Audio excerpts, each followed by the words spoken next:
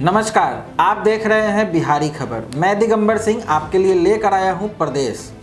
Nigeria में Boko हरम का नरसंहार, 110 किसानों की हत्या, अमेरिका के नवनिर्वाचित राष्ट्रपति जो बाइडेन हादसे का शिकार, पैर की हड्डी टूटी। नेपाल में कोरोना के 1255 नए मामले और 25 की जान गई। अफगानिस्तान में आत्मघाती कार बम में 26 सुरक्षाकर्मियों की मौत। अब खबरें विस्तार से। नाइजीरिया में बोको हरम का नरसंहार, 110 किसानों की हत्या। नाइजीरिया में जिहादी समूह बोको हरम के किए गए नरसंहार में 110 किसानों की हत्या कर दी गई है। संयुक्त राष्ट्र के मानवीय समन्वयक की ओर से यह जानकारी दी गई है। नाइजीरिया के उत्तर पूर्व के बोर्नो राज्य के जाबरमानी राज्य में शनिवार सुबह यह हमला किया गया। मीडिया रिपोर्टर के अनुसार यह बहुत क्रूर हमले थे। इन मजदूरों को पहले बांधा गया और फिर उनके गले काट दिए गए। संयुक्त राष्ट्र के एडवर्ड क्लन ने बयान जारी कर कहा है कि इस घटना में 110 लोगों की बेरहमी से हत्या कर दी गई है जो कि किसान थे। इस हमले में कई बुरी तरह से घायल भी हुए हैं। उल्लेखनीय है कि यह दर्दनाक घटना बोर्नो राज्य की राजधानी मैदुगुरी के पास हुई है। इन लोगों ने चावल के खेत में काम कर रहे किसानों को अपना शिकार बनाया। इन लोगों में कई किसान ऐसे हैं जो सोकोतो राज्य से काम की तलाश में आते हैं। नाइजीरिया के राष्ट्रपति मोहम्मद बुहारी ने इस हमले की निंदा करते हुए कहा है कि वह आतंकवादियों के बोर्नो राज्य में मेहनतकश किसानों की हत्या किए जाने की निंदा करते हैं। इन हत्याओं से पूरा देश दुखी है। उनकी संवेदनाएं दुख की इस घड़ी में पीड़ित परिवारों के साथ है। ईश्वर मृत किसानों की आत्मा को शांति दे। उन्होंने यह भी कहा है कि इन हत्याओं से पूरा देश आहत हुआ है।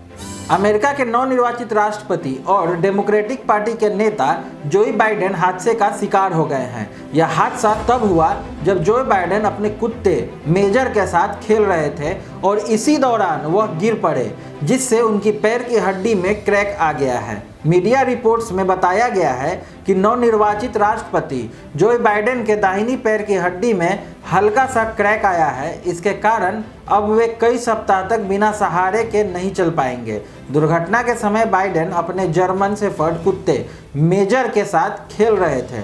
नवनिर्वाचित राष्ट्रपति के पास ऐसे 2 कुत्ते हैं। इस हादसे के बाद राष्ट्रपति डोनाल्ड ट्रंप ने बाइडेन की जल्द स्वस्थ होने की कामना की है। नेपाल में कोरोना के 1255 नए मामले और 25 की जान गई। नेपाल में कोरोना के नए मामलों में सामान्य कमी आई है। रविवार को 1255 नए मामले प्रकाश में आए हैं। इसके साथ ही कोरोना संक्रमित लोगों की कुल संख्या 2.31 लाख के पार पहुंच गई है। राजधानी काठमांडू सर्वाधिक प्रभावित है। अकेले काठमांडू में कोरोना के कुल 87,278 मामले आए हैं। नेपाल के 7 प्रांतों में बागमती प्रांत सर्वाधिक प्रभावित है, जहां कोरोना के अगले मामले 1,25,000 के पार हुए हैं। नेपाल में 24 घंटे के दौरान कोरोना के 1,255 नए मामले सामने आए हैं। 1,404 लोग ठीक हुए हैं। इसके साथ ही नेपाल में कुल संक्रमितों की संख्या बढ़कर 2,31,978 हो गई है, जिसमें से 2,12,590 लोग ठीक हो गए हैं। एक दिन में 25 लोगों की मौत हो गई, जिसके साथ ही कोरोना से मरने वालों की संख्या बढ़कर 1,479 हो चुकी है। नेपाल में कोरोना के 17,904 सक्रिय मामले हैं। 632 लोग गृह एकांतवास में हैं। ठीक हुए लोगों की औसत दर 91.64% है। मृत्यु दर का औसत घटकर 0.64% हो गया है। नेपाल के स्वास्थ्य एवं जनसंख्या मंत्रालय ने रविवार को आंकड़े जारी करते हुए कहा है कि नेपाल में अब तक कुल 17,27,278 नमूनों की जांच हो चुकी है। अफगानिस्तान में आत्मघाती कार बम में 26 सुरक्षाकर्मियों की मौत। अफगानिस्तान के गजनी प्रांत में रविवार को आर्मी बेस पर आत्मघाती कार बम से हुए हमले में 26 सुरक्षाकर्मियों की मौत हो गई है। अधिकारियों का कहना है कि यह हमला हाल ही के महीनों में हुए खतरनाक हमलों में से एक है। यह हमला गजनी प्रांत की राजधानी गजनी सिटी में हुआ, जहां पर अक्सर अफगानिस्तान के सरकारी सुरक्षा बलों और आतंकवादी संगठन तालिबान के बीच संघर्ष होता रहता है। गजनी में स्थित अस्पताल के निदेशक बाज मोहम्मद हेमत ने बताया कि उन्हें अभी तक 2600 बरामद हुए हैं और 17 अन्य घायल हैं। यह सब सुरक्षा कर्मी ही हैं। गजनी प्रांत के प्रांतीय परिषद के सदस्य नाजीर अहमद फकीरी ने मरने वालों की संख्या की पुष्टि की है।